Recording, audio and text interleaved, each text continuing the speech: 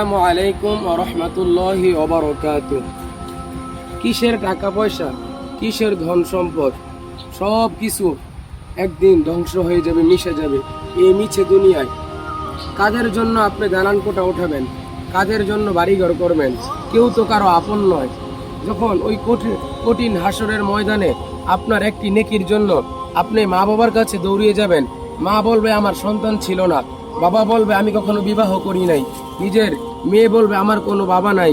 তখন দেখেন আপনার পাশে জানেন কি? ওই কঠিন সময় আপনার পাশে কে দাঁড়াবে? কোরআন। কোরআন প্রত্যেক দিন কমপক্ষে হলেও আপনি একটু কোরআন তেলাওয়াত করুন, একটু পড়ুন, আমল করুন।